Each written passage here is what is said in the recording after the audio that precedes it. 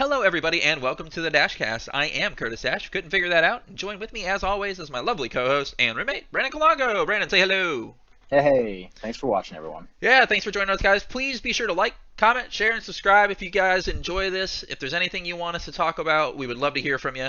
But we're gonna jump in this today. Definitely. Yeah, drop that in the comments. Yeah, we love We'll any kind of address suggestions, comments. anything, unless it's like no Packers talk, and then I'm coming for you. But anyway, you won't have at this episode because this episode we are focusing mainly on the NBA. We're gonna talk about the Heat over the Celtics here, and as usual, I'm gonna give our our resident Heat expert here, Brandon Colongo, hit it. What you got?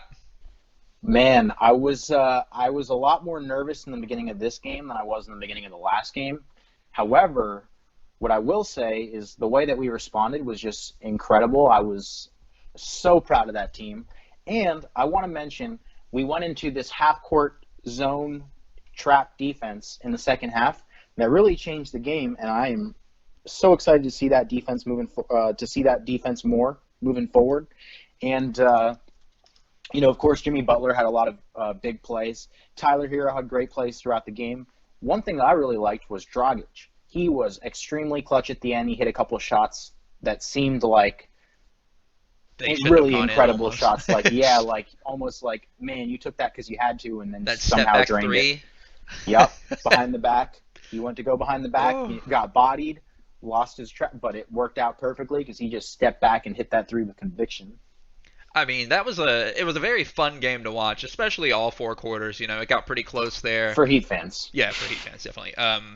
Got pretty close there towards the back end of it. I'm looking at the third quarter in particular. 37 points scored by the Heat versus 17 on the Celtics. Mhm. At one point, it was a 20-4 run. I remember seeing.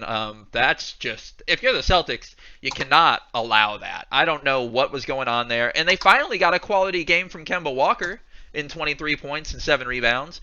Like I told you, everyone else cooled off accordingly. Yeah, I mean, you called it, and I was sort of right to a degree. I don't think I'm not sure the Celtics were going to continue to shoot as well as they did, but they still shot pretty freaking well. So and we were kind of talking about the eye test a little bit. That's something I wanted to bring up a little bit. You know, the numbers versus the eye test. Goran Dragic's numbers were great, but watching him play with Jimmy buckets and such, it was more than just the numbers. I think that accentuates how good this team really is. They don't lay down. Exactly. They won't go away. I think we saw that in particular for game 2. They do just enough to hang around to the end, and usually at the end they're at their best. So, I mean, so we're going to look at this here. We got the Celtics that shot 50%, and they still lost. Think about that for a minute. You shot 50% from the field, now 35.7% from behind the arc, which isn't all that great, but still I think an improvement from game 1. But 50% from the field and you still lost the game, that's got to hurt, including Miami having a 44% field goal percentage. Like, they shot 90 shots, the Heat did, versus 72 for the Celtics. You could definitely tell who had the ball. And well, there was, go ahead. like I said, the defense, that transition, that switching to the zone defense in the second half was a real big difference maker because look at all the steals that Jimmy Butler, Tyler Hero, all those guys got so many steals. And they forced a whole bunch of bad turnovers where, Boston was throwing the ball out of bounds even. So, the steals don't even say it all necessarily. No. They were able to force turnovers that, technically don't hit the stat line. Like if you play really tight defense with extreme pressure and they make, they dribble the ball off their foot, you don't get credit for a steal. But you're still doing a good job.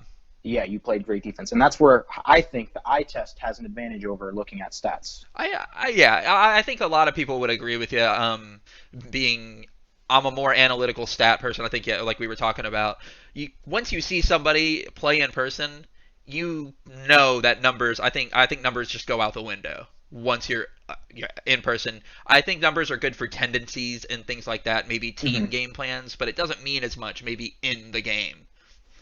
Unless a guy is shooting 9 of 9 from the three, right. It's like, okay, then we'll go guard. He's him, lights out, then yeah, you're like, okay, let's deny him or let's make sure that we body him or whatever it is. Now, there's a little bit of a free throw discrepancy this time. The Heat only shot 14 total free throws versus 24 for the Celtics.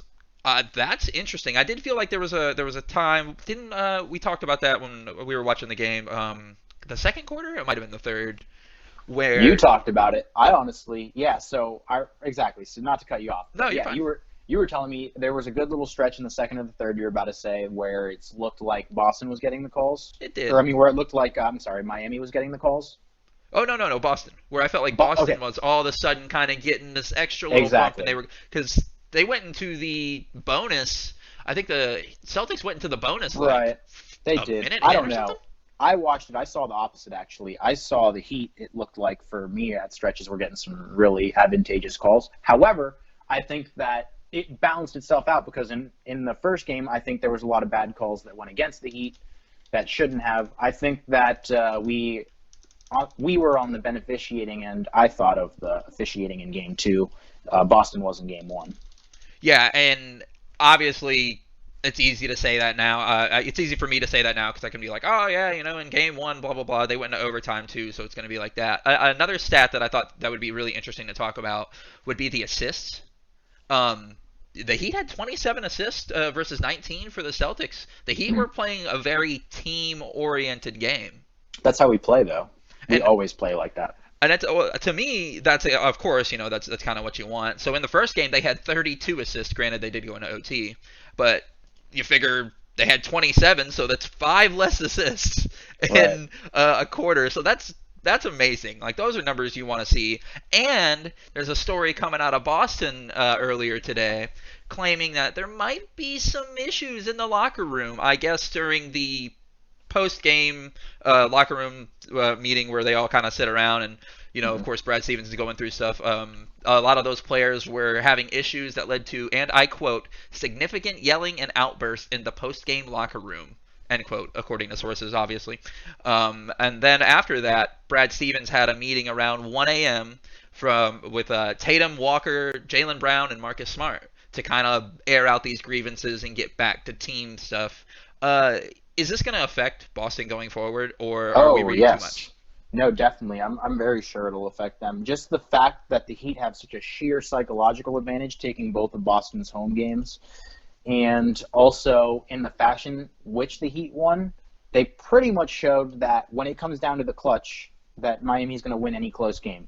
So Boston, I'm sure, feels like right now, they melted down twice in a row. There's a lot of finger pointing going around in the locker room, I'm sure. Oh, definitely. But they've just never played quite the team basketball that the Heat play. They are a little bit more one-on-one oriented, which is what a lot of the NBA is nowadays. And True. so that's one of the things I really like about this Heat team. Like I said, they're not afraid to break the mold and be different than other NBA teams. Like I said, they went to that half-court zone trap that I was telling you I need to see more teams doing that.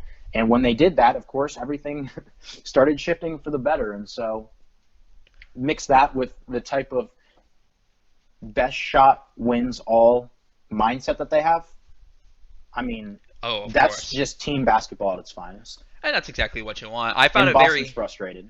I'm sure they're frustrated. Oh, I would be. I mean, if I'm Boston and we just lost 2 games to a 5 seed, and they were our home games now, just as a disclaimer, I don't think home court means nearly as much, obviously, with it being in the bubble right now. But Tyler Hero had another great game for the Heat, hitting some big threes. Now, he not nearly, I guess, as...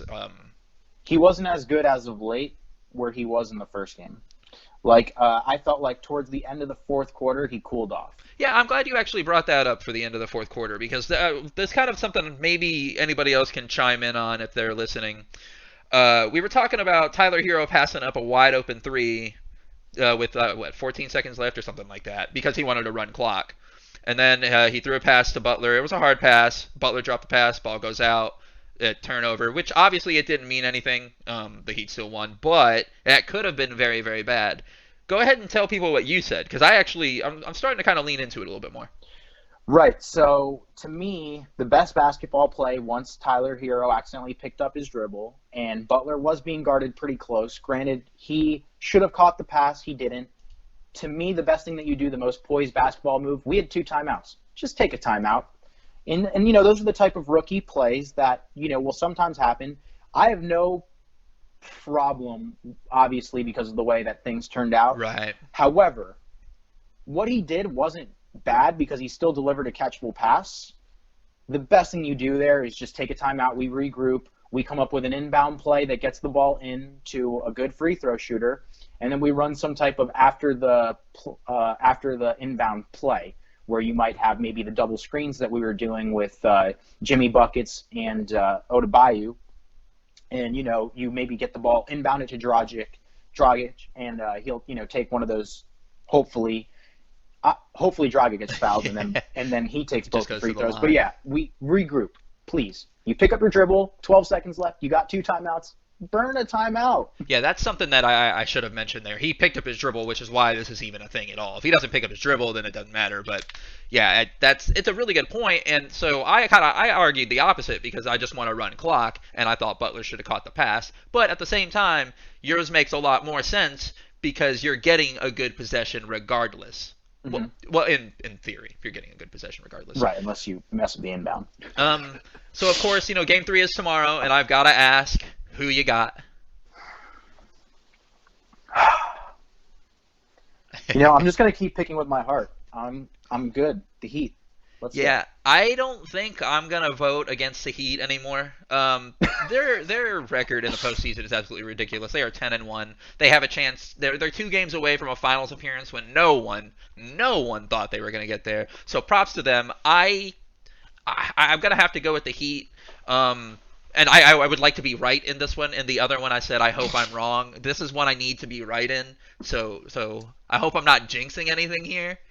But I don't believe in jinxes, so we're good. So we're good. All right. So we're going to go ahead and wrap this clip up, guys. You'll get our Week 2 NFL pick'ems here in a little bit. We might talk about Lakers and Nuggets at some point. That game is tonight if you are listening to this on Friday.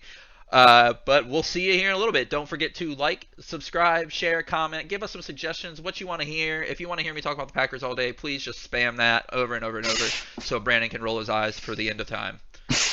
We'll see you guys soon.